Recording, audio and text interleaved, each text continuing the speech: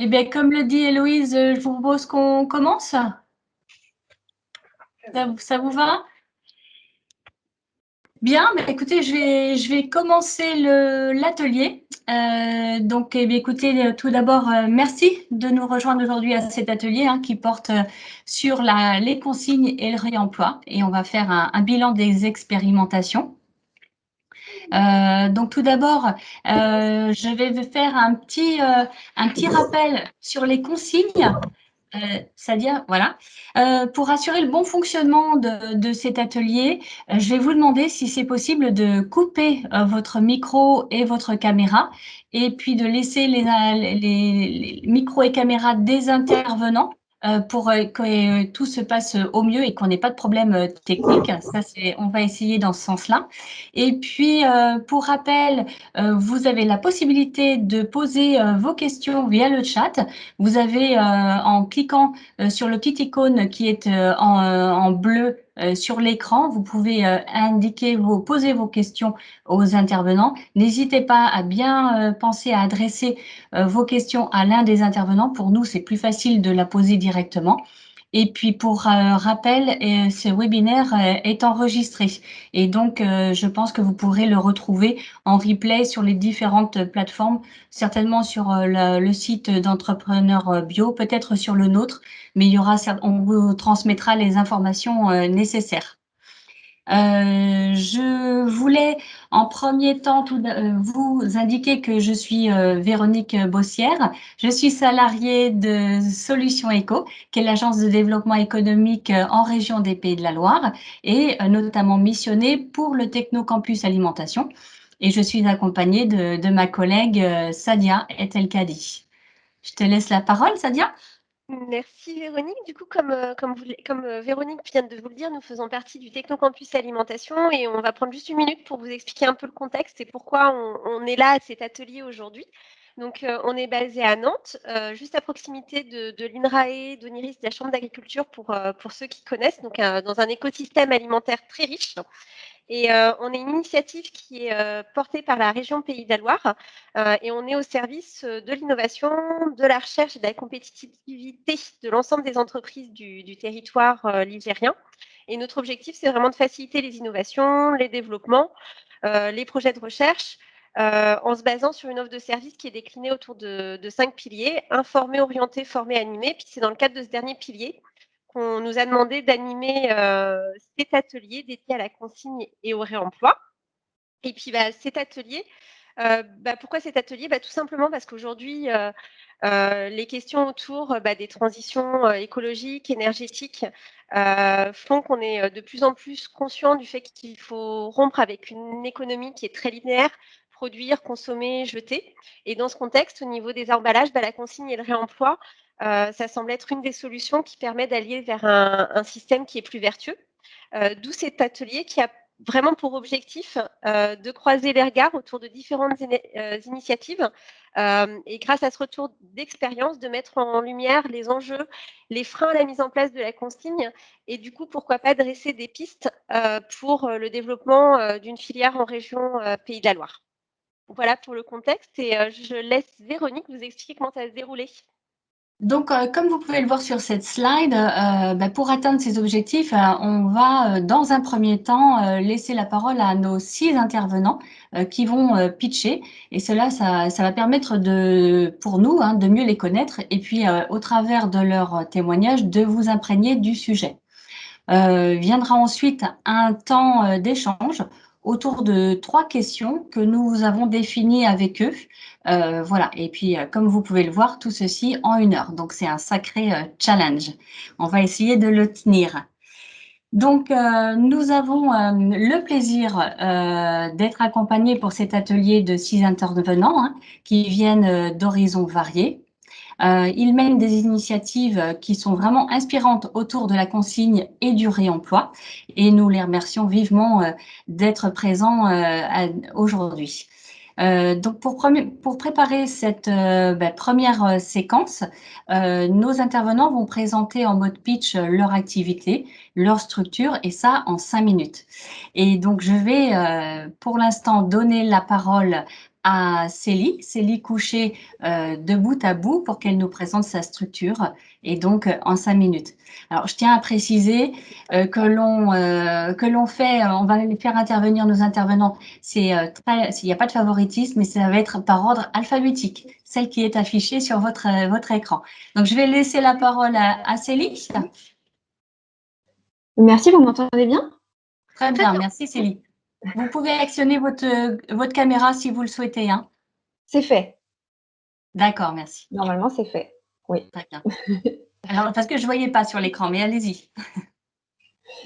Oui, donc bonjour à tous. Donc, je suis la fondatrice et la coordinatrice de Bout à Bout, qui structure et développe une filière de réemploi des contenants alimentaires en verre en Pays de la Loire. Donc, en organisant un lavage en local et un système mutualisé de collecte qui minimise l'impact du transport. Donc, c'est une filière qui est opérationnelle depuis 2017, donc vraiment les prémices du retour de la consigne. Et aujourd'hui, on compte environ 150 points de collecte.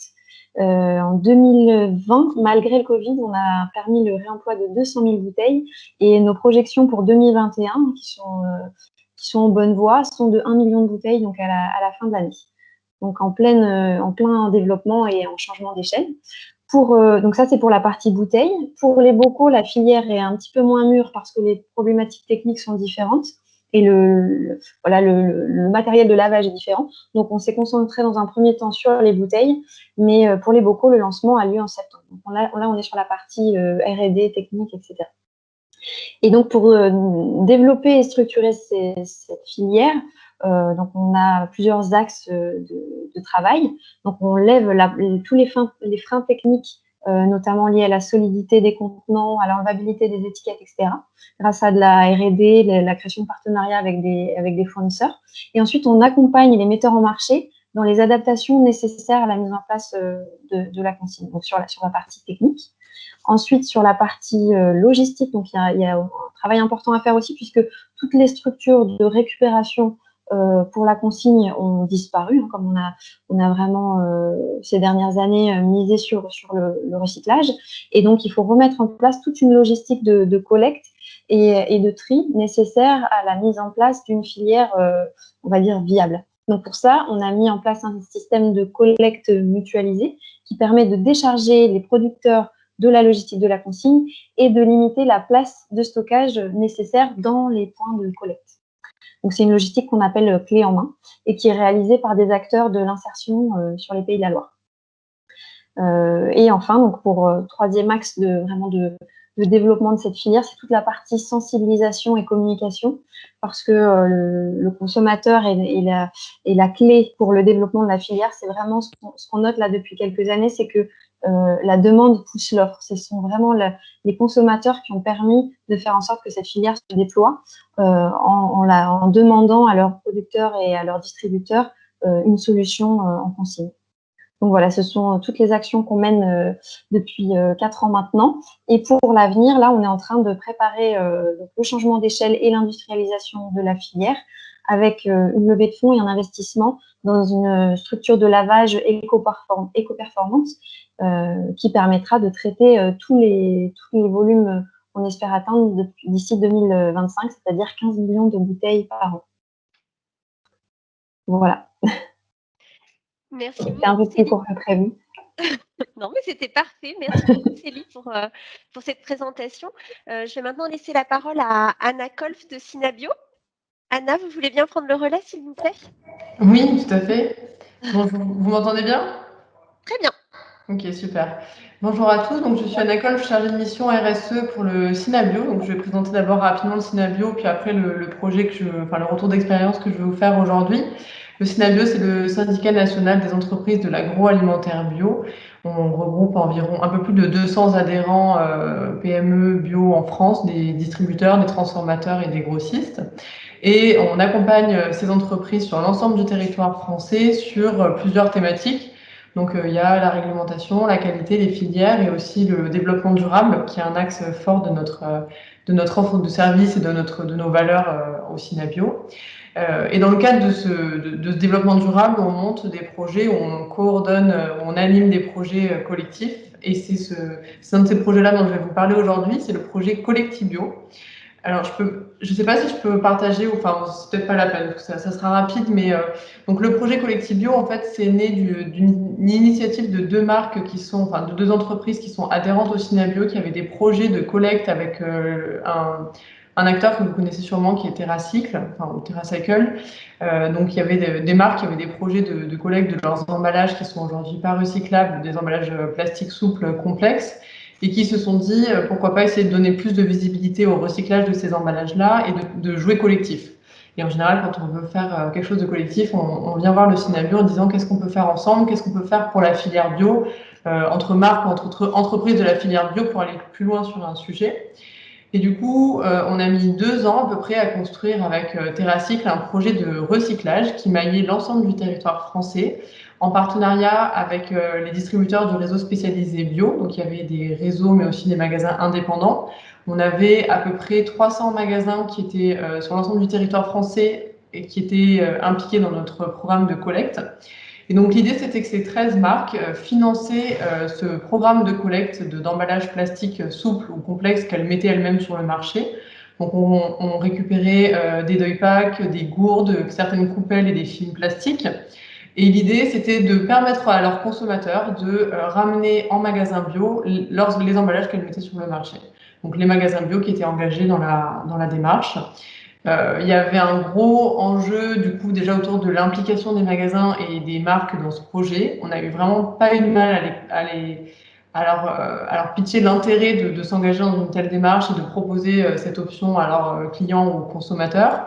On a eu un très bon accueil aussi des consommateurs puisqu'en première année, on a fait à peu près plus 20% de volume récupéré sur les prévisions qu'on avait fait.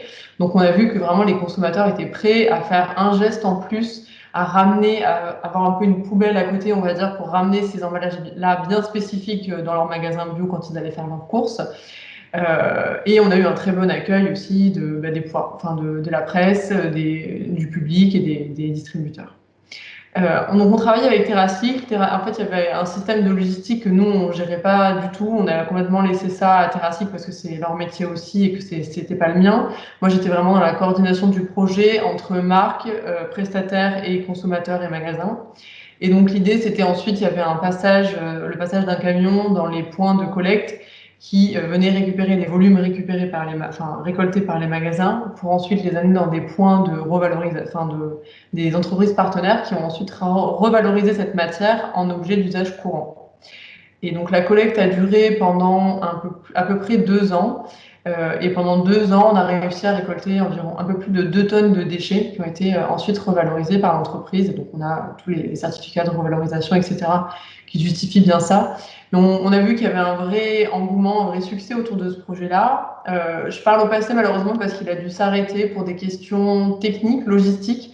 On le verra, je pense, dans l'atelier, mais la logistique, c'est un des freins et c'est un des points hyper importants dans ces systèmes de collecte, de consignes, etc. Et je pense qu'on n'était pas assez prêt ou assez solide de ce côté-là. Ça commence à devenir beaucoup trop cher et surtout, la plupart des marques engagées dans ce programme avaient en parallèle des démarches d'éco-conception qui étaient mises en place et qui ont amené finalement à remplacer peu à peu ces emballages-là, ces emballages non recyclables. Voilà. Merci Anna.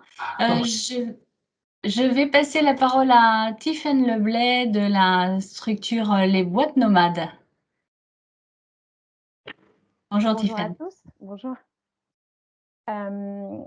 La crise sanitaire que nous traversons, ça a mis sur le devant de la scène des activités génératrices de déchets dans la restauration, que sont la vente à emporter et la livraison.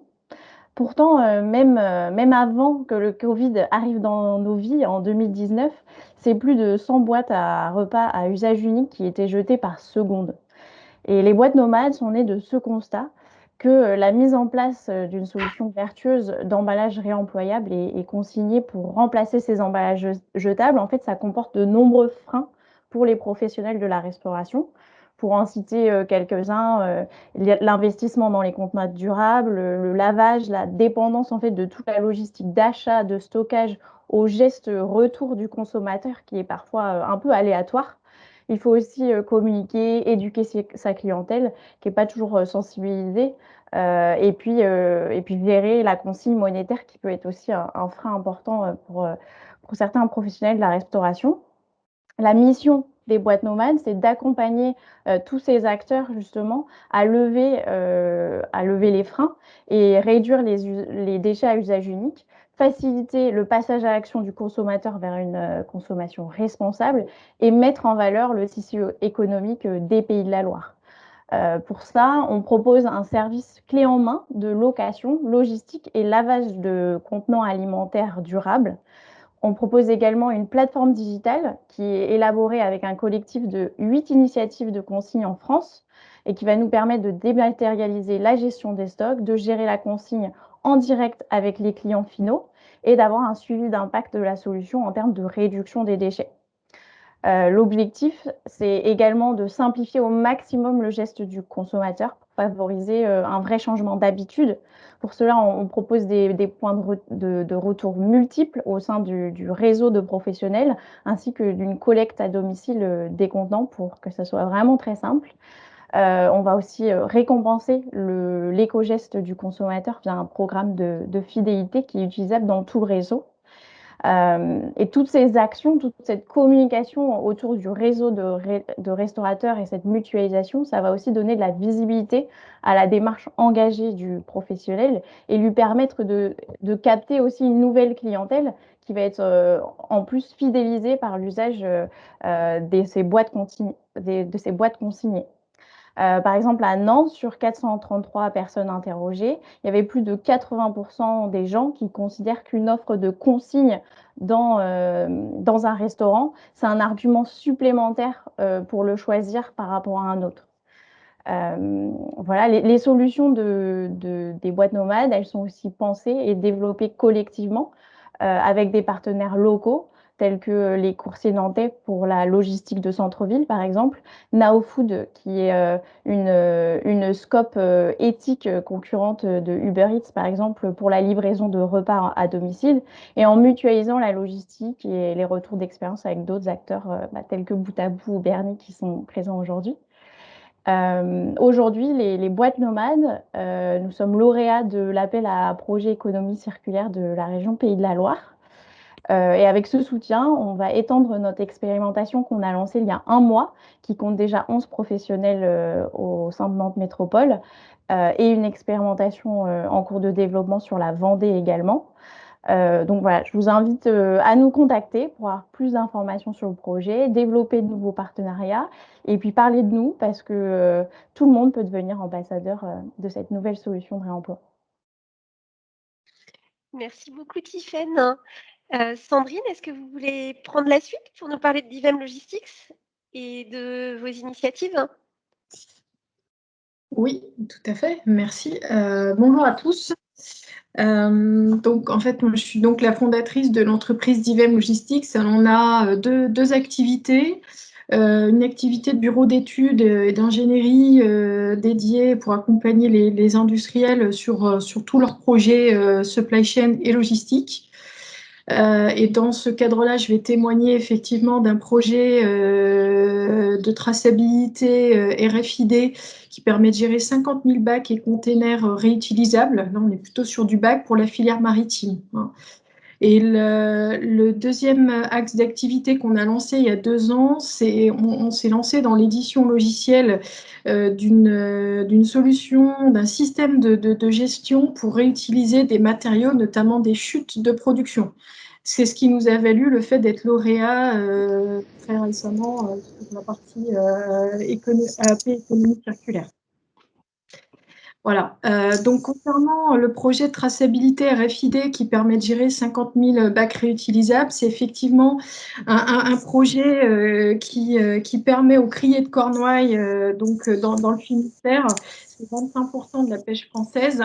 J'ai un petit écho juste dans le fond, j'espère que ça ira si vous m'entendez bien. On met en exploitation le système dans 3 semaines. On a démarré en 2019. Donc, la particularité de ce projet-là, c'est effectivement qu'on est sur un projet B2B en environnement contraint avec 6 ports et 2 centres de lavage. Voilà, donc sachant que la consigne, la mise en place du système effectivement de consigne, c'est une première étape, mais c'est la vraie difficulté ou le vrai point d'achoppement sur un projet comme celui-là, c'est la déconsignation. Voilà, consignation, déconsignation. Parce que le fait de faire partir les bacs, c'est une chose. Le plus difficile, c'est de les faire revenir et de les rendre circulaires. Et là, du coup, ça nécessite effectivement, pour compléter ce que disaient tout à l'heure nos intervenants, ça nécessite une traçabilité, un suivi et des flux, vraiment une mise en place de flux. Donc, c'est un projet qui est basé sur 3 axes clés. Le process métier sur les flux, le système d'information, donc l'information, la capacité à gérer l'information pour derrière piloter, maîtriser, gérer. Et le troisième, c'est dans le cadre de la RFID là, c'est le process de tagging, donc la lecture des contenants pour permettre une déconsignation. Voilà. Donc projet vitrine en France. Avec aussi la particularité, c'est qu'on a un système d'encodage donc de normalisation en fait sur l'étiquetage de la RFID, code à barre plus RFID, qui permet aussi l'interopérabilité du système demain avec d'autres régions ou d'autres ports. Voilà. Et on travaille pour cela, on s'appuie sur les normes de GS1, d'un organisme 150 dans le monde, hein. Il y a GS1 France et GS1 étant très présent dans la grande distribution. Merci Sandrine. Est-ce que vous, je sais, je l'ai pas entendu. Pouvez-vous nous dire où est-ce que vous êtes situé? Ah pardon, on est basé à Nantes. Le siège social est à Nantes. D'accord. Ok, très bien. Merci. Donc merci Sandrine. Je vais passer la parole à Claire Nijdam de Berny. Est-ce que Claire, vous pouvez nous présenter votre structure? Avec plaisir. Merci Claire. Donc, Claire Nijdam, je suis la cofondatrice de Berny, qui est une société aussi située à Nantes, création 2020. Nous, chez Berny, on s'est donné comme mission d'aider en fait les industriels de l'agroalimentaire et les enseignes de la grande distribution à passer le pas du réemploi. Parce que le constat, c'était que quand on est un industriel ou une enseigne, ça peut être compliqué à son échelle de passer le pas du réemploi. Il faut trouver des contenants, mettre en place la logistique, enfin, voilà, tous les enjeux qu'on va aborder aujourd'hui. Et donc, la façon dont on répond, en fait, et la mission qu'on s'est donnée, c'est vraiment, nous, de concevoir des contenants qui sont en inox, qui sont standardisés, pour les mettre à disposition de nos clients, de développer aussi le système de consigne, enfin, qui permet la consigne et la déconsignation auprès des consommateurs finaux, et tout le système de collecte et de lavage qui va avec, qui permet le réemploi en fait des contenants. Donc, nos clients, je vous l'ai dit, ce sont les enseignes de la grande distribution. On a commencé une première expérimentation au nord de Nantes, dans un hypermarché où en fait on livre nos contenants et ce sont les bouchers, les poissonniers qui mettent leurs produits dedans et qui les mettent dans des bacs libre-service dans les magasins. Donc, le test avait vocation vraiment à voir comment se comportaient les clients avec des contenants consignés, si le montant de la consigne était un frein, si ils avaient bien compris où le rapporter, voilà, compris s'il fallait le rapporter, etc. Donc, on a mené cette expérimentation pendant 2 mois. Et les résultats, pour nous, sont satisfaisants parce que sans rien faire, sans rien expliquer, sans aller à la rencontre du client, ce qu'on a pu remarquer, c'est qu'en fait, la consigne semblait être une évidence pour eux.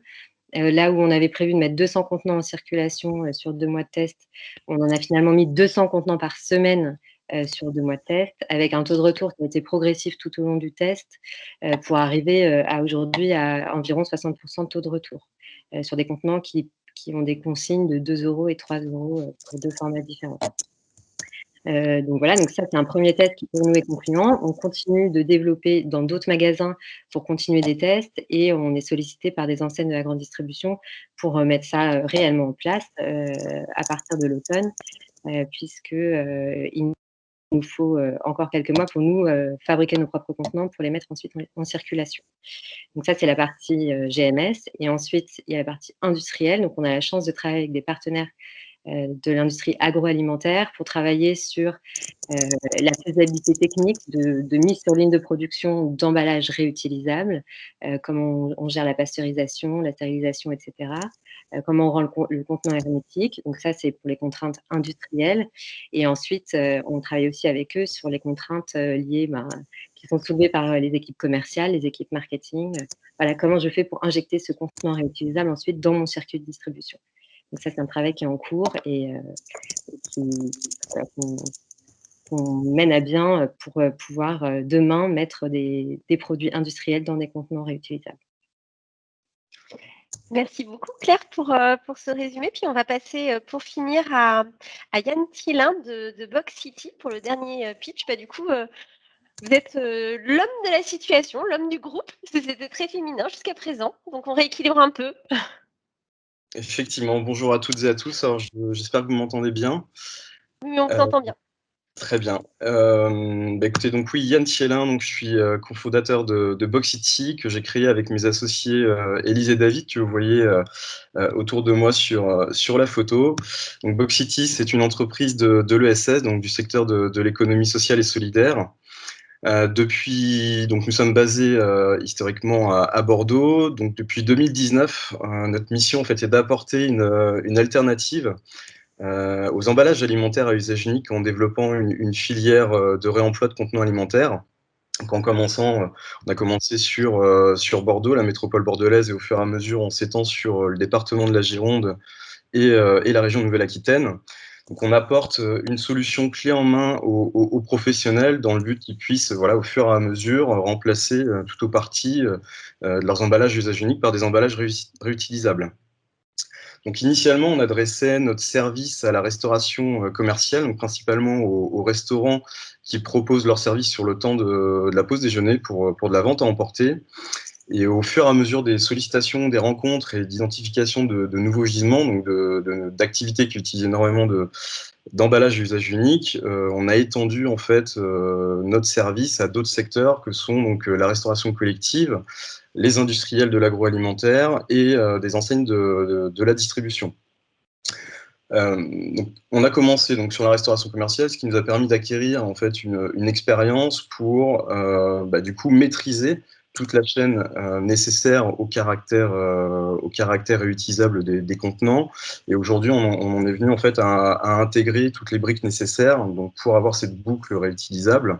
Donc on maîtrise la chaîne de valeur qui va donc des approvisionnements des contenants, donc, sachant que nous, principalement, on utilise des contenants en verre trempé fabriqués en France, sachant que la plupart de nos autres fournitures nécessaires à notre activité sont aussi achetées en France. On maîtrise la logistique en s'appuyant en fait sur des sociétés partenaires. Donc, comme l'a dit tout à l'heure Tiffaine des boîtes nomades, nous aussi à Bordeaux, on a la chance d'avoir des coursiers qui s'appellent les coursiers bordelais, pas les coursiers nantais, mais c'est exactement le même principe. Donc, on est sur un modèle de coopération d'acteurs pour la logistique, parce que en fait, avec mes associés, on est parti du principe qu'au niveau logistique, en tout cas, il y a tellement d'acteurs et tellement de flux existants qu'on n'a pas moyen, il n'y a pas de nécessité d'ajouter un véhicule ou des véhicules supplémentaires pour pouvoir gérer nos flux. Ensuite, après la logistique aller-retour, on assure le nettoyage. Donc on était sur un modèle pareil en sous-traitance. Et vu qu'on ne trouvait pas notre bonheur, en tout cas sur Bordeaux et la région Nouvelle-Aquitaine, pour pouvoir sous-traiter le nettoyage, on a pris le parti d'internaliser. Donc on est devenu un petit peu des pros de la vaisselle. Donc on a une première station qui est opérationnelle depuis plusieurs mois dans Bordeaux Hypercentre, ce qui nous permet de rester en mobilité douce pour assurer les livraisons et les collectes chez nos clients. On a une deuxième station qui là du coup sera d'envergure beaucoup plus importante et de dimension industrielle, qui est en cours d'installation et qui permettra de rayonner sur la région Nouvelle-Aquitaine. On a également développé, pour faciliter aussi la collecte. Donc, tout à l'heure, il y a quelqu'un qui parlait de la déconsignation. Donc, on a développé, c'est mon associé David qui a développé une borne de collecte digitalisée, ce qui permet en fait aux utilisateurs, aux usagers finaux, de déposer en fait à n'importe quel moment leurs contenants consignés dans plusieurs lieux.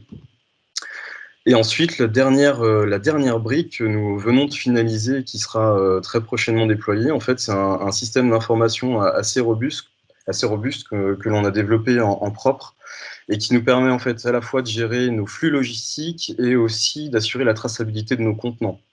Et cet outil-là nous permet notamment de suivre nos indicateurs d'impact et de pouvoir fournir de la donnée, parce que c'est très important, tout le monde aujourd'hui est friand de data, comme on dit. Et donc, avec cet outil-là, on est en mesure de fournir des données à nos clients pour qu'ils puissent notamment communiquer dessus. Donc ça, on va dire que c'est la partie très opérationnelle de Boxity, sachant que en amont de la mise en place de la solution, il y a toute une phase qui est très importante d'accompagnement auprès de nos clients et auprès des clients de nos clients, parce qu'on est sur un secteur B2B2C, donc qui est un peu particulier. Mais il est nécessaire, en fait, que ce soit pour la restauration commerciale, la restauration collective, les industriels ou les enseignes de distribution, d'avoir une phase importante d'accompagnement qui consiste entre autres à identifier et analyser leurs besoins, bien comprendre leur organisation existante, se projeter pour voir avec eux dans quelle mesure on pourrait intégrer des contenants réutilisables dans leur process, dans l'organisation existante, sans que ça chamboule l'organisation telle qu'elle existe aujourd'hui. Et ensuite passe une partie aussi, on va dire, personnalisation de l'accompagnement, dans le sens où on réalise beaucoup de supports de communication pour nos clients, pour qu'eux puissent communiquer. Donc ça, on va dire que c'est principalement lié à la restauration commerciale et aux enseignes de la grande distribution. Il y a également deux autres volets que sont la formation, donc la formation des équipes de nos clients, et la sensibilisation. La sensibilisation, donc c'est auprès des utilisateurs finaux, des usagers finaux. Et en fait, nous, on s'est rendu compte au fur et à mesure de notre expérience que c'est un facteur clé de réussite, parce que si on veut que ça fonctionne bien, que ça prenne bien, ce ne sont pas en fait aux restaurateurs, aux industriels ou aux enseignes de distribution de se charger de cette partie-là. Nous, c'est notre métier de faire en sorte de mettre en place des solutions de réemploi, et donc ça nous appartient de sensibiliser et expliquer en fait le fonctionnement à leurs clients. Et donc depuis notre lancement, on est avec mes associés et notre équipe à 150 heures de sensibilisation. Et pour vous illustrer, en fait, typiquement dans un restaurant, on se présente pendant l'heure de la pause déjeuner, et en fait on explique la solution à leurs clients, de manière à ce que lorsqu'ils arrivent en caisse, par exemple, en fait, ils aient assimilé le fonctionnement et il n'ait pas de questions supplémentaires à poser aux équipes des restaurants. Et ça, on voit que c'est un élément indispensable, comme je disais, un facteur clé de réussite, parce que ça soulage la vie des équipes des restaurants et de nos autres clients. Donc pour résumer, en quelques chiffres, Boxity aujourd'hui, c'est une équipe de 6 personnes. On a 50 partenaires sur le département de la Gironde, pardon. On a évité avec eux un peu plus de 50 000 emballages à usage unique, ce qui fait un peu plus de 2 tonnes de déchets évités. On évalue notre communauté d'utilisateurs un peu plus de 3000. Et au niveau de la performance, du coup, on est aujourd'hui, nous, alors avant le premier confinement, on était sur un taux de retour de nos contenants de 88%, et depuis un an, donc depuis le premier confinement, on a baissé un peu, mais on est sur un taux de retour de 83%, ce qui pour nous reste une performance très satisfaisante, parce que ça veut dire qu'on a 8 personnes sur 10 qui jouent vraiment le jeu. Et c'est clairement en lien avec les sondages ou avec les études sur lesquelles que l'on peut trouver, ce qui confirme le fait que les consommateurs sont enclins à s'engager ou à utiliser des solutions de réemploi. Un autre indicateur, parce qu'on nous le dit souvent, vu qu'on utilise du verre, c'est le taux de casse. Yann, je vais être obligée de vous couper, parce que si on veut vraiment... je suis désolée, parce que je pense que vous allez pouvoir, après, dans le cadre de nos questions, répondre peut-être sur les enjeux que vous souhaitiez envisager de présenter là, non? Oui, très bien. C'est bon? Excusez-moi, je suis désolée, mais comme on le disait au début, le temps est très court et on a plein de choses à dire. Donc, écoutez, merci pour les présentations de ces belles initiatives. Alors, je vous rappelle que vous pouvez poser vos questions sur le chat. N'hésitez pas, et puis à réagir ou interpeller les uns et les autres. Vraiment, il faut que ce soit un temps d'échange. Donc, je vous invite à indiquer vos questions sur le chat. Nous allons passer à Au deuxième temps, effectivement. Voilà, merci à tous pour vos présentations. Ça permet de vraiment bien planter le décor. Donc, on a vu ce matin que la mise sur le marché du plastique à usage unique, on allait vers la fin d'ici 2040, que la mise en place de la consigne, ça semble être une réponse à la fois à une attente réglementaire et consommateur, et vous l'avez tous souligné au travers de vos différentes interventions. On voit bien qu'il y a plein d'initiatives au travers de ce que vous nous avez dit qui se mettent en place. Et du coup, au vu de vos expériences respectives, ce serait quoi les grands enjeux liés à la mise en place d'un système de consigne et de réemploi? On vous propose à Claire de Berny et Sandrine de Divem Logistique de nous éclairer sur cette question. Claire, vous travaillez à la fois avec la distribution, avec des transformateurs, des industries agroalimentaires, donc ça vous donne une vision, une expérience un peu à 360. Est-ce que vous voulez nous apporter un premier élément de réponse, s'il vous plaît? Mais avec plaisir. Merci Claire. Effectivement, on a un peu parlé des enjeux à travers nos présentations respectives et à travers la table ronde de ce matin aussi, mais les sujets qui sont récurrents avec la consigne, c'est évidemment la logistique, comment on fait pour mutualiser les sujets logistiques, massifier, voilà, et créer du volume pour que d'un point de vue écologique et économique, ça puisse être intéressant. Le deuxième sujet sur lequel on travaille beaucoup, c'est travailler sur un contenant qui soit standard et qui puisse intégrer, qu'un seul et même contenant puisse intégrer des contraintes, les contraintes industrielles, des contraintes d'usage et les contraintes de réemploi, donc de lavage et de reconditionnement, et que un seul et même contenant puisse répondre à ces 3 cahiers des charges. Et voilà, c'est pas une mince affaire, mais c'est faisable. C'est un deuxième enjeu. Ensuite, on disait aussi, il y a tout ce qui est conduite du changement. La consigne, c'est quelque chose que certains d'entre nous ont connu, mais pour autant, pour la plupart d'entre nous, c'est une rupture dans nos modes de consommation. Donc, comme le disait Yann à l'instant, il faut l'accompagner, il faut sensibiliser et surtout, il faut observer pour voir en fait ce que ça génère comme réaction auprès du public. Et pour finir, moi, je dirais que le dernier enjeu, et nous, c'est un peu la raison d'être de notre entreprise, c'est de dire que pour les metteurs en marché, il faut trouver une solution pour le réemploi et que cette solution, pour nous, cette solution, elle doit être assez universelle. C'est-à-dire que les contenants qu'on va mettre sur le marché, ils puissent servir à l'industriel A et aussi l'industriel B pour qu'il n'ait pas à retraverser toute la France à chaque fois qu'il est utilisé. Et donc en fait, ce dernier enjeu, c'est de s'entendre en fait pour trouver une solution qui puisse convenir à tout le monde, qui puisse être universelle et utilisée par tous. Voilà, je laisse la parole à Sandrine, qui a, j'imagine, pas mal de choses à nous dire. Il y a votre micro, Sandrine. Ah oui. Votre micro est coupé, je crois, Sandrine. Oui, tout à fait. Alors, jusqu'à il n'y a pas très longtemps, on était encore voisins et on était à 3-4 mètres de nos deux entreprises. Non, merci, c'est très complémentaire en fait et proche aussi de notre retour. Alors, c'est vrai que nous, le retour d'expérience et d'expérimentation, c'est qu'on est nous sur un projet B2B. Effectivement, qui permet la circularité des emballages entre l'acheteur, le producteur, le pêcheur en l'occurrence, et l'acheteur, le marailleur. Donc, on est sur 3 types d'enjeux. Le premier sur le projet, c'est que y a 15 000 bacs par an qui disparaissent. 15 000 bacs, les bacs pour le pêcheur, c'est leur outil de travail. Hein. Sans bac, c'est très compliqué. Ils peuvent pas gérer. Donc, c'est un stress permanent de savoir est-ce que je vais avoir des bacs pour travailler. Voilà. Donc, on est 15 000 bacs par an à 10 € le bac minimum. Donc, ça représente un coût sur chaque année. Et l'objectif, c'est effectivement non seulement de supprimer la perte de ces bacs, mais de mutualiser aussi les coûts logistiques. Donc le deuxième enjeu majeur, c'est un enjeu technique.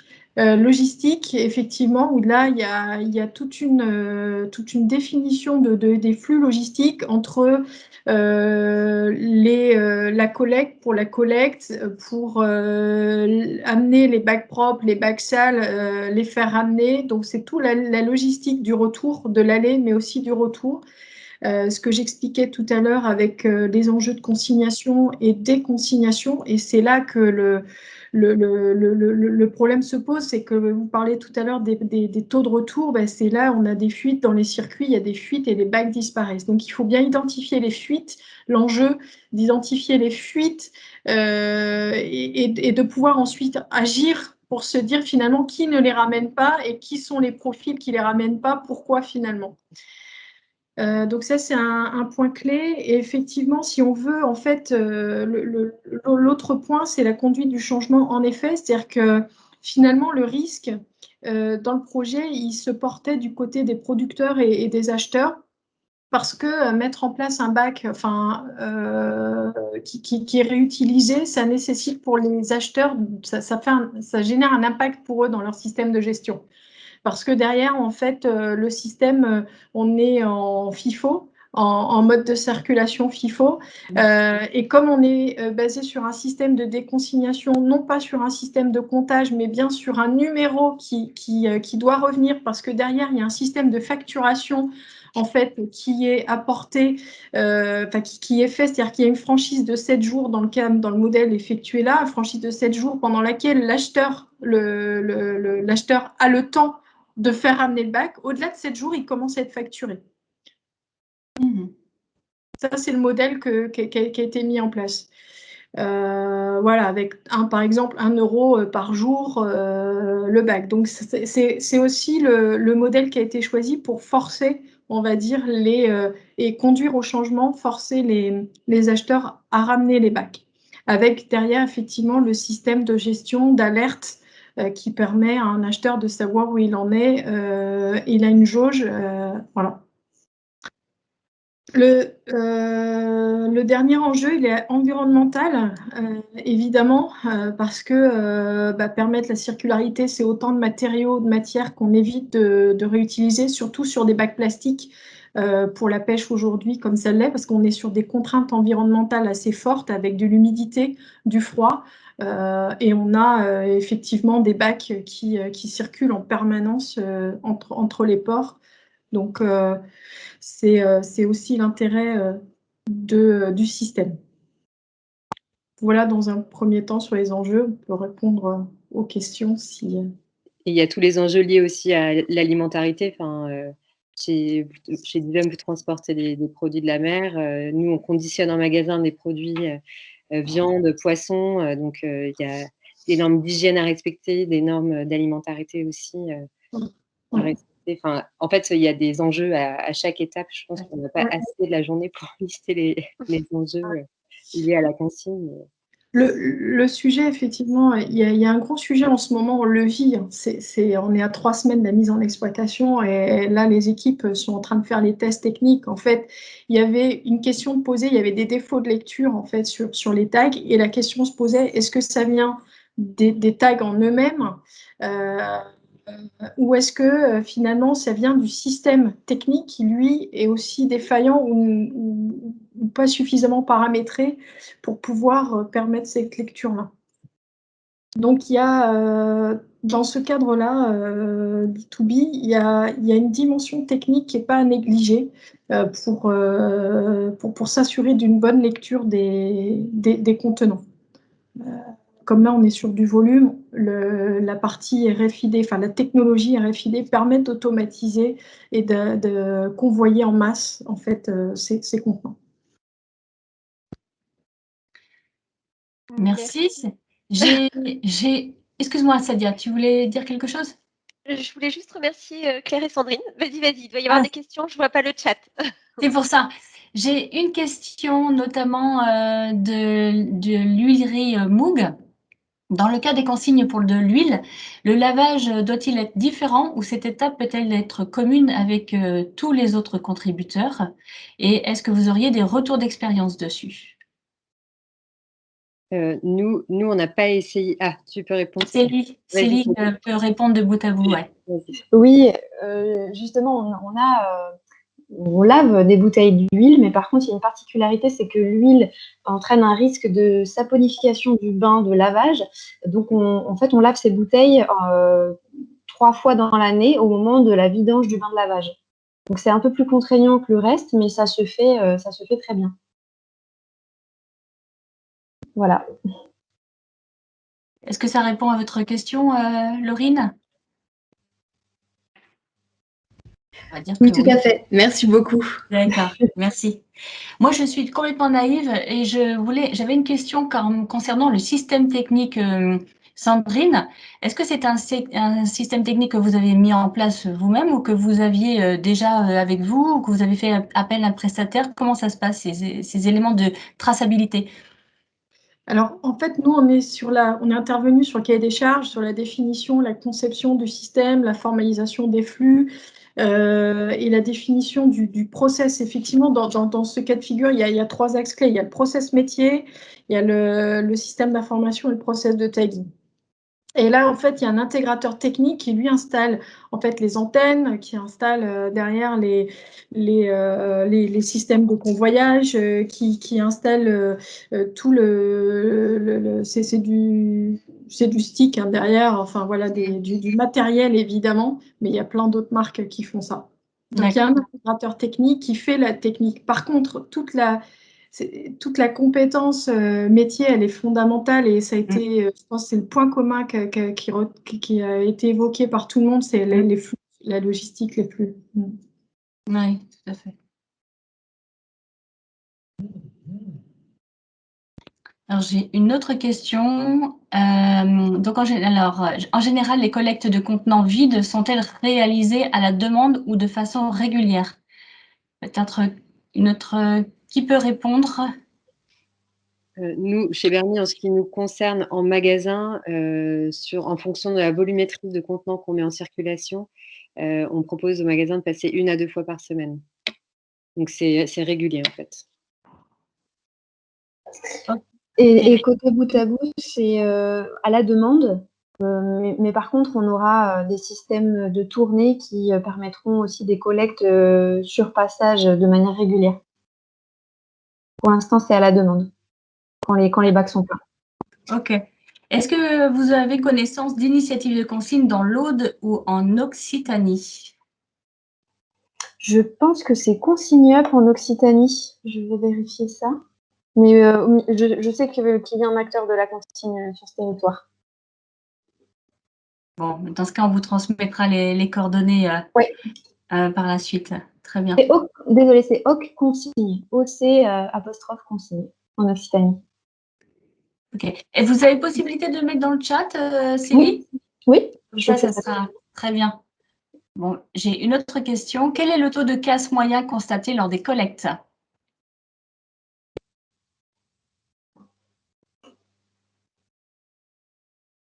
Yann? Non?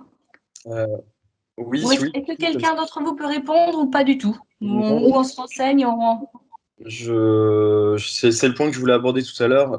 Nous, on a un taux de casse et de rebut qui est totalement négligeable, parce qu'au dernier inventaire, on était sur 0,18%.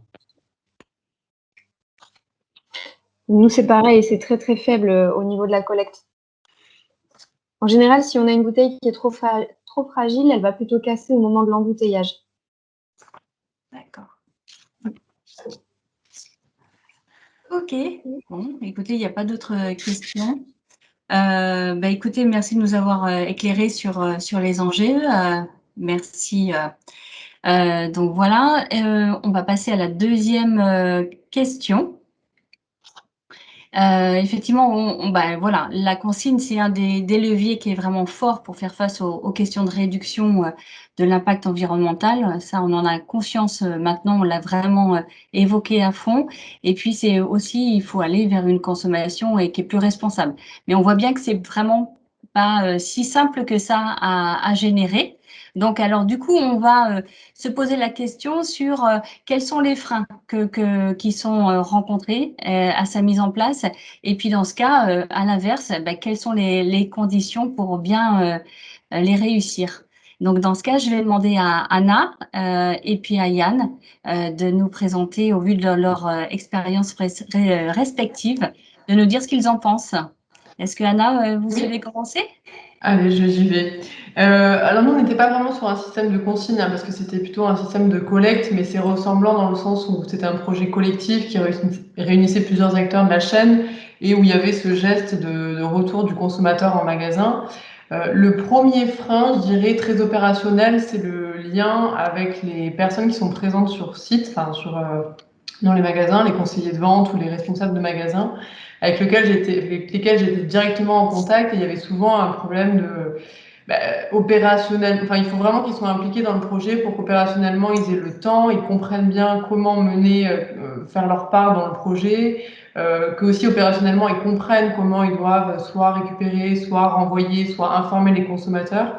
Je me suis souvenu qu'on a eu beaucoup de questions de ce côté-là, et ça nous avait, la première année, on a dû refaire tous nos documents de communication, plutôt même internes, pour vraiment expliquer le fonctionnement du programme, donner des mots de langage aussi, des éléments de langage pour les responsables de magasins, pour qu'ils puissent aussi expliquer aux consommateurs comment ça se passe, quel est l'avantage, quel est le fonctionnement. Et donc ça, je dirais, ça c'est un des freins. Donc finalement, la réussite, ça serait de construire déjà une communication qui est claire sur comment ça fonctionne, avec des mots qui sont, un vocabulaire ou une explication qui est compréhensible pour tous les responsables de magasins ou tous les conseillers de vente qui seront en contact avec les consommateurs, qui auront des questions directes avec le projet. Et ensuite, c'est de clarifier le rôle de ces personnes en magasin dès le début, pour savoir qu'est-ce qu'on attend d'eux et comment ça se passe et quelle est leur contribution. Ça serait le premier frein. Le deuxième, je dirais, ça serait le projet collectif. Enfin, ça, c'était vraiment quelque chose que j'ai remarqué. Il y avait 13 marques différentes, il y avait un prestataire, et il y avait donc des distributeurs en plus de réseaux différents et parfois indépendants. Et je dirais que dans un projet collectif, quel qu'il soit, il y a vraiment un frein fort, et du coup, la réussite, c'est de bien cadrer comment sont prises les décisions, comment on choisit, comment on avance, quelle est la part de chacun, quel est le rôle de chacun dans le projet. Et nous, pour exemple, on avait vraiment bien cadré, on avait écrit un document, une espèce de règlement de fonctionnement du projet, pour dire qui fait quoi, qui prend les décisions, pour pouvoir avancer. Et puis aussi, très important, c'est ça qui d'ailleurs qui a contribué aussi à la fin du projet, je dirais, c'est la répartition du budget. C'est dès le début être clair de ce que c'est des systèmes qui ont toujours un coût qui est assez onéreux au départ, mais avec un intérêt environnemental fort, mais un coût qu'il faut partager et qu'il faut pouvoir expliquer et répartir entre tous les acteurs. Et il y avait un dernier sujet qui concerne un peu le premier, un dernier frein, c'était la compréhension du consommateur, qui comprenait pas trop pourquoi on reprenait tels emballages et pas tels autres. Et du coup, là, c'était plutôt une communication envers les consommateurs. Il fallait qu'on soit très clair sur pourquoi on récupérait ça, comment on le récupère, justement, est-ce qu'il faut le laver, pas le laver, est-ce que s'il est un peu sale, est-ce qu'on peut le récupérer quand même, parce que c'était des marques bio qui étaient engagées, mais est-ce qu'on récupère ceux des autres marques? Enfin voilà, vraiment être très clair sur la communication consommateur, et voilà. Puis je reviens pas sur la logistique, parce que je pense que Yann, vous pourrez en parler, mais nous, c'est aussi un des points, je pense, c'est la solidité du système et du système logistique est hyper importante pour faire la réussite d'un projet collectif sur un territoire. Yann, je laisse la parole pour compléter. Alors, du coup, toujours basé sur notre retour d'expérience, donc comme je vous le disais tout à l'heure, secteur B2B2C, pour commencer déjà sur les usagers finaux, donc les consommateurs, je dirais qu'il n'y a pas de frein de particulier, ils sont tous en attente de solutions. Donc je dirais que, bon, certes, il y a une minorité qui vont être freinés par la consigne monétaire, mais pour moi, c'est une quantité minoritaire. Donc je dirais, au niveau des consommateurs, il n'y a pas de réel frein pour moi. Après, au niveau des professionnels, tout secteur confondu, je dirais que le premier frein, c'est l'absence de volonté de s'engager. d'attendre que les autres s'engagent. Si les gens le font dans la contrainte, nous, on a pu le voir avec certains de nos clients qui le font dans la contrainte parce que les autres le font, bon, ça marche pas très très bien.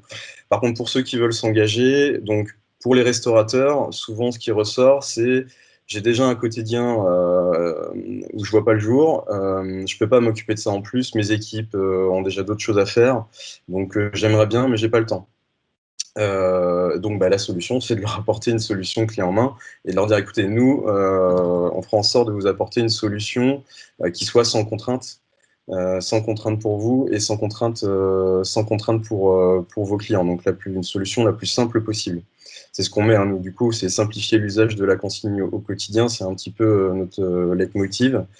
Au niveau des industriels, du coup, c'est ce qu'a évoqué Claire de Bernie tout à l'heure, c'est les freins, c'est un industriel, il a un process industriel, et donc il peut pas comme ça du jour au lendemain se dire, bah hop, je vais introduire des contenants réutilisables dans mon organisation telle qu'elle existe.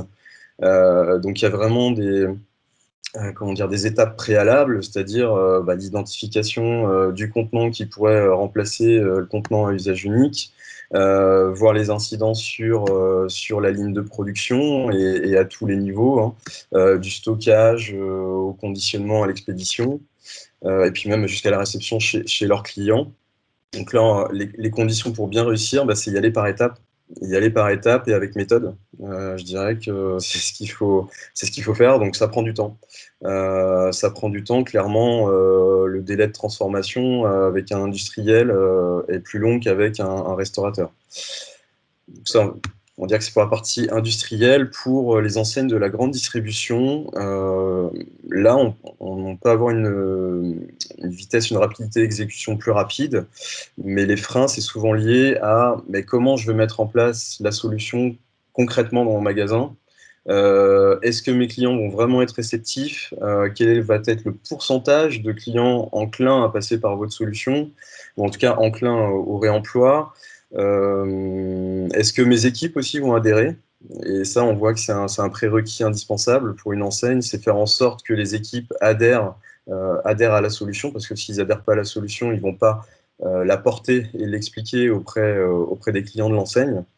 Et donc, pour lever tout ça, c'est un petit peu comme pour les industriels, c'est pour les modalités de mise en place, c'est y aller par étapes. Voilà, quels sont les emballages que vous souhaitez remplacer, quelle organisation, enfin comment le mettre en place concrètement, est-ce qu'il faut un corner, est-ce qu'il faut faire de la sensibilisation, au niveau de vos clients, l'objectif, une des possibilités, c'est en faisant de la sensibilisation en présentiel, on va les accompagner, ce qui va soulager votre équipe et aussi les rassurer.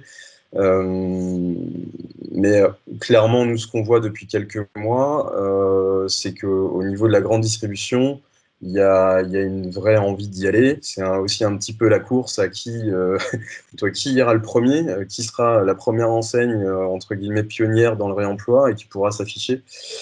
Bon, voilà pour mon retour du côté de Box City.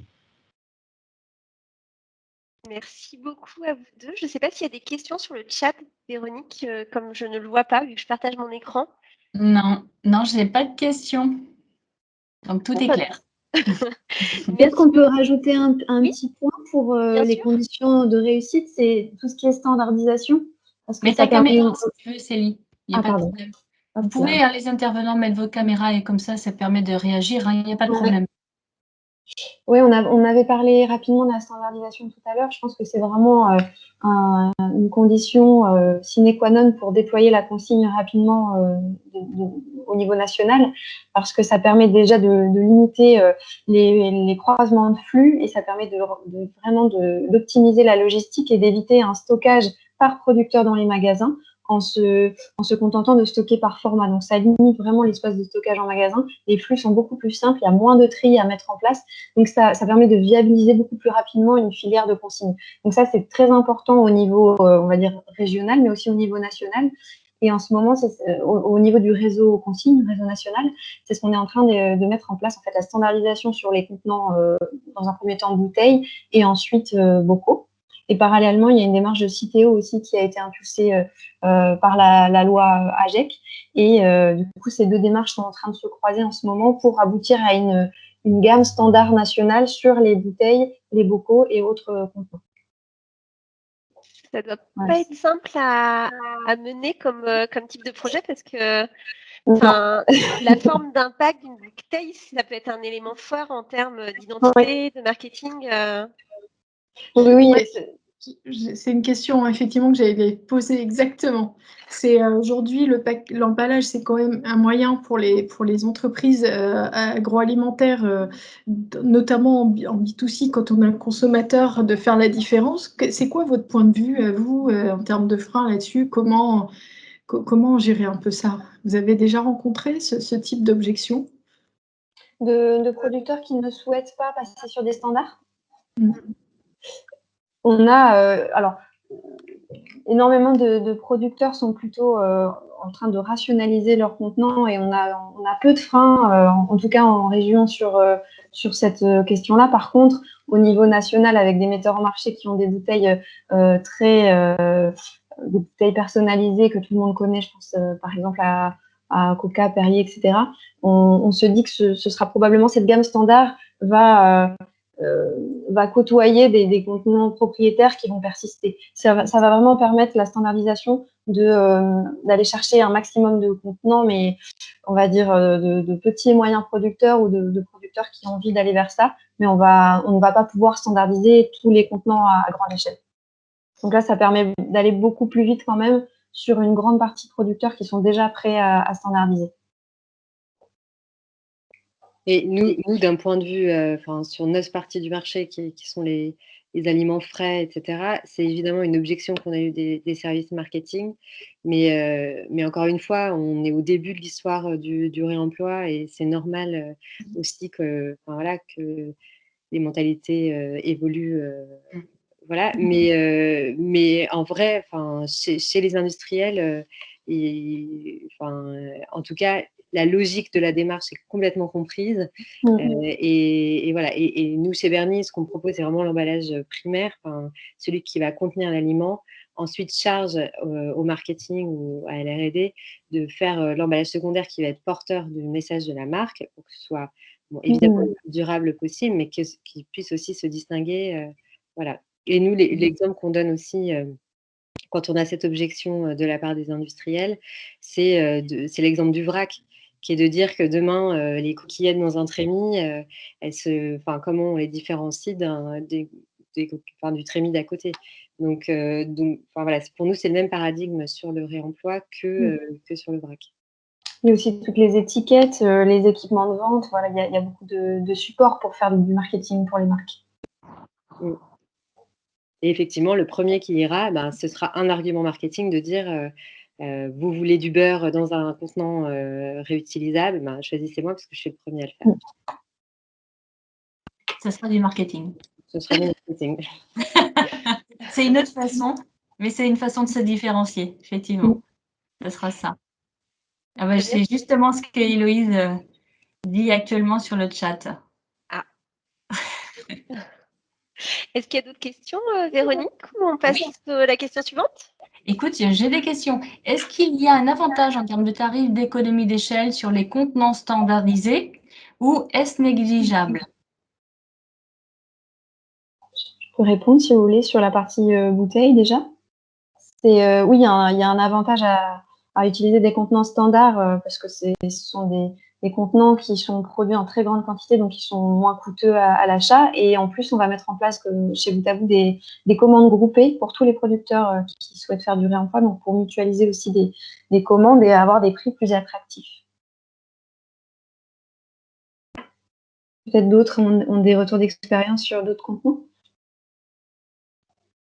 Je fais la même réponse. Nous, dans la mesure où on fait aussi fabriquer un contenant, le but, c'est d'avoir une gamme de contenants la plus large possible, tout en étant la plus restreinte possible, dans cet objectif-là de faire fabriquer du volume et de pouvoir le rendre complètement universel. Ok. Est-ce que des bouteilles teintées sont-elles envisageables ou il y a-t-il des freins à leur mise en place? En termes de standardisation? Si c'est le cas, si la question concerne la standardisation, oui, il y a des freins parce que en général, les industriels aiment qu'on voit leurs produits.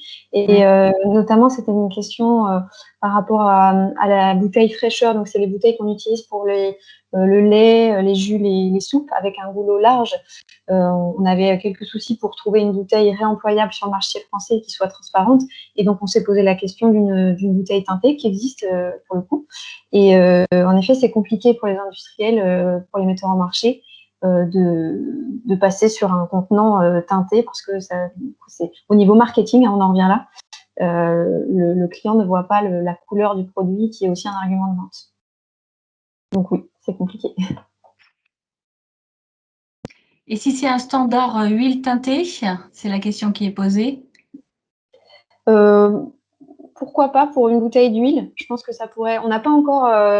L'huile ne fait pas partie des contenants standards pour l'instant, mais sur une bouteille d'huile, ça me paraît plus simple déjà. Je vais en parler au réseau consigne. Ça soulève beaucoup de questions, justement. Est-ce qu'il y a d'autres questions, Véronique, ou on passe au point suivant? Tu peux passer au point suivant, je n'ai pas d'autres questions. Mais du coup, on va passer à la question suivante. Une des choses qui semble ressortir des différents échanges, c'est que pour la consigne, en fait, une approche territorialisée, ça semble être un peu la norme. On n'a pas l'impression qu'il y ait vraiment d'approche nationale, mis à part, par exemple, sur la standardisation des bouteilles. Et on s'est posé la question de quoi a-t-on besoin, en fait, en région au Pays de la Loire, pour développer collectivement la consigne. Là, je vais laisser le soin à Tiffaine des Boîtes Nomades, à Célie de Boutabou et à Yann de Box City de nous éclairer sur ce sujet. Tiffaine, Célie, vous voulez prendre la main sur cette question pour démarrer? Oui. Tiffaine, tu veux commencer ou Vas-y, si tu veux. Ok. On a vu tout à l'heure, on parle beaucoup de logistique et en effet, c'est un point clé pour viabiliser la filière et proposer des coûts accessibles aux metteurs en marché, mais aussi maximiser l'intérêt écologique du réemploi.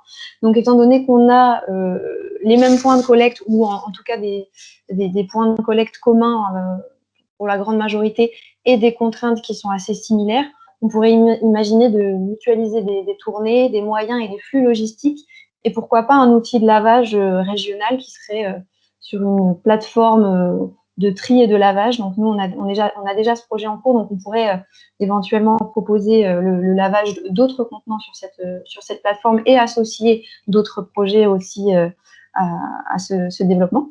On peut aussi imaginer un collectif qui porterait un message commun, un peu sur le modèle d'un réseau consigne Pays de la Loire, par exemple. Et c'est un peu ces deux axes-là, logistique et communication, c'est un peu ce qu'on a commencé à faire avec Boutabou parce que du coup, l'association Boutabou est née en 2016 vraiment sur la partie bouteille. Et assez vite, on a eu des demandes sur la collecte et le lavage de fûts parce que avec l'arrivée massive de microbrasseurs qui profitent justement de cet intérêt du consommateur pour la bière artisanale, on a plein de petits brasseurs qui ne sont pas en mesure d'investir dans des outils de lavage et dans un parc de fûts inox qui coûte 60 € le fût. Et donc, ils nous demandaient si c'était possible qu'on fasse un système similaire de collecte, de lavage et de livraison de fûts. Donc, étant un petit peu débordé au niveau de Boutabou sur la partie bouteille, on a cherché des porteurs et on a trouvé du coup 2 personnes qui aujourd'hui qui ont créé une structure, une SAS qui s'appelle Sofu et qui porte justement cette filière de réemploi des fûts. Et donc Sofu est une entreprise, une SAS de l'économie sociale et solidaire, donc avec un agrément RSUS, et Boutabou est actionnaire de cette entreprise. Donc on a vraiment des liens, il y a vraiment des liens forts entre les deux structures, et on mutualise aussi des fonctions support, des outils de communication, des flux logistiques. Donc ça, c'était l'exemple de Sophie. Et on a aussi plus récemment du coup rencontré Tiffaine, alors que justement on était en train de chercher une solution aussi pour la partie de Lunchbox. Et donc Tiffaine avait justement ce projet de développer une filière pour les contenants de la restauration à emporter. Et donc voilà, ça s'est un peu déroulé de la même façon qu'avec Sophie. On a mis toutes les connaissances et les contacts qu'on avait à disposition.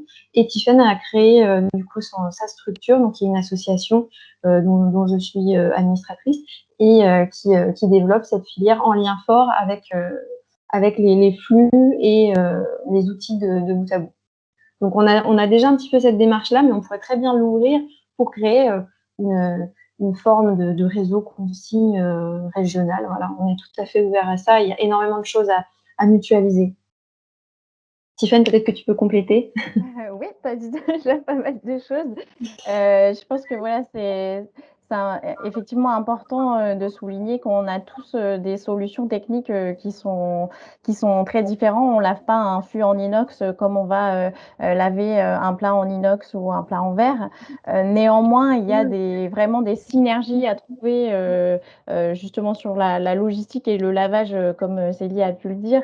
Et là, notamment, on est en train enfin voilà, on développe des synergies logistiques, notamment via les coursiers nantais, on en parlait, en centre-ville de Nantes, qui vont livrer et collecter des casiers pour bout à bout, mais aussi pour les boîtes nomades.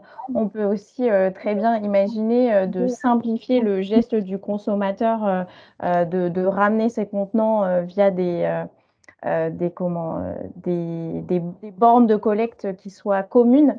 Par exemple, si on a une galerie commerciale avec des contenants Berny à la poissonnerie et des contenants les boîtes nomades dans les restaurants de la galerie commerciale, on peut tout à fait imaginer une borne de collecte en fait qui pourrait servir à tous. Et ensuite, voilà, emmener tous ces contenants dans une plateforme de tri et de lavage qui soit commune. Donc voilà, Célie en parlait, il y a un avant-projet sommaire de plateforme de tri qui est en train d'être fait pour pouvoir construire cette plateforme d'ici 2022-2023. Et du coup, c'est quelque chose qu'on peut tout à fait mutualiser et communiquer en commun toutes les initiatives de la région et trouver des synergies. Merci beaucoup, Tiffaine. Yann, comment ça se passe du coup en région Nouvelle-Aquitaine? Est-ce qu'il y a des initiatives qui permettent comme ça de mutualiser les différents dispositifs et de développer collectivement ce système de consigne sur Bordeaux ou ailleurs en région Nouvelle-Aquitaine? Oui, alors en fait, à la demande de la ville de Bordeaux et de Bordeaux Métropole, en fait, il y a une structure qui s'appelle ATIS qui a été missionnée pour en fait structurer la filière de réemploi en local. Donc il y a un groupe de travail qui a été lancé depuis le début de l'année, donc qui regroupe en fait à la fois donc l'équipe d'Atis qui pilote le projet et différents services de Bordeaux Métropole, de la ville de Bordeaux, et puis les acteurs du réemploi en place sur la métropole bordelaise. Et le but, clairement, c'est d'identifier en fait les besoins communs, les synergies envisageables. Mais en fait, on les a évoqués juste avant, ça revient systématiquement. En fait, c'est principalement la logistique, le nettoyage. Et après, aussi, s'il y a une très bonne entente, des services supports, mais clairement, la gestion, une bonne gestion de la logistique, c'est le nerf de la guerre. Et ce qui là ressort, c'est par exemple la mise en place, même avec d'autres structures qui sont en fait sur les biodéchets, mais que nous connaissons bien et qui ont aussi des flux logistiques, c'est d'avoir en fait des mini-hubs logistiques dans le centre-ville pour pouvoir massifier, regrouper et puis ensuite envoyer vers là où les stations de nettoyage. Donc ça, c'est un beau chantier qui est lancé, qui nous permet voilà, d'avancer de manière cohérente sur le territoire, sachant qu'en parallèle, clairement, à l'image de ce qui a été fait en région Île-de-France avec une antenne locale du réseau Consigne Nationale, moi là, je pousse pour qu'on fasse la même chose en région Nouvelle-Aquitaine, parce qu'on est plusieurs acteurs, que ce soit sous forme de sociétés, de coopératives ou d'associations, on fait tous plus ou moins la même chose. Donc autant qu'on se réunisse sous une structure commune pour le plaidoyer, par exemple, aussi, hein, et nous faire connaître et faire voir aux collectivités, aux institutions, aux gros donneurs d'ordre, que la structure, enfin, que la filière se structure, est bien présente et est en capacité de répondre aux besoins du territoire. Voilà, mais c'est clair que bon, les filières de réemploi de bouteilles, comme l'a dit Célie, ont un peu plus d'avance, un peu plus d'ancienneté sur les contenants alimentaires. Mais quoi qu'il en soit, clairement, il y a tout à faire, il y a tout à faire au niveau national, et c'est vraiment appréciable de voir que le réseau consigne, depuis 2 ans, monte vraiment en puissance et vraiment en soutien pour structurer la filière, est vraiment très actif et là pour nous soutenir. Du coup, finalement, à quand un réseau consigne régional en Pays de la Loire? C'est un peu ça ça serait un peu ça la conclusion, non? Je reprends l'idée qui a été énoncée. Merci beaucoup pour vos interventions. Véronique, je ne sais pas s'il y a des questions.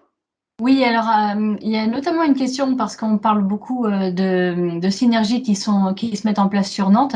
Est-ce que c'est le cas également sur des développements sur Angers ou effectivement des villes moyennes comme Chemillé ou Cholet? Est-ce que quelqu'un peut nous renseigner par rapport à ça? Je peux. Ouais. Je peux répondre si vous voulez. On a une chargée de développement qui vient de nous rejoindre justement pour développer la filière sur le Maine-et-Loire. D'accord. Donc, y compris sur des villes moyennes comme Chemillé ou Cholet. On a déjà quelques magasins qui sont engagés, mais là, on est en train de mettre en place justement cette logistique clé en main dont je parlais tout à l'heure sur l'ensemble du territoire du Maine-et-Loire. Bon, à voir s'il ne faudra pas pousser après sur les autres départements. Si, c'est Ouais, prévu. Je pense aussi que avec le réseau qui s'établit à Nantes, ça sera aussi plus facile de pouvoir, comme on dit aujourd'hui, essaimer dans les autres villes. Par exemple, là, avec l'expérience qu'on a sur la filière à la fois bouteilles, fûts, bocaux et lunchbox à Nantes, ça nous a permis auprès d'un acteur comme Trivalis en Vendée de commencer à développer une expérimentation sur la région Vendée qui développe la totalité des filières en même temps puisqu'elles sont déjà pré-développées en fait à Nantes, et donc on peut les développer ailleurs aussi de manière plus facile.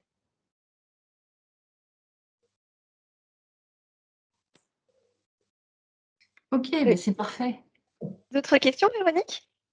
Non, je ne vois pas d'autres questions. Du coup, on a largement débordé sur le timing. On Oui. s'en excuse grandement, mais c'était vraiment très intéressant. Je vous propose de clore cet atelier. Un grand merci à tous pour votre participation. Un grand merci vraiment à nos intervenants aussi pour leur disponibilité, ces échanges très riches, leurs éclairages. On espère que l'atelier a répondu à vos questions, et si vous voulez aller plus loin, revenir vers eux, on va vous transmettre avec Véronique ce support de présentation, et vous voyez, vous aurez à la fois leurs coordonnées dedans si vous voulez revenir vers eux. Donc, n'hésitez vraiment pas.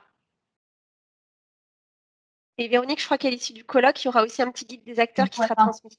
Oui, c'est ce qui a été évoqué ce matin par Dominique Hervouette. Là, il y aura un guide des acteurs du changement qui sera édité et qui vous sera transmis. Et donc, vous retrouverez tous les coordonnées de tous les intervenants. Et dans ce cas, vous pourrez reprendre contact avec eux. Voilà. Merci beaucoup. Et puis, on vous souhaite un très bel après-midi. Et puis, encore plein d'échanges passionnants pour ce colloque Zéro Emballage. Merci beaucoup. Oui. Merci à vous. Merci. Merci. Au revoir. Au revoir. Au revoir. Au revoir.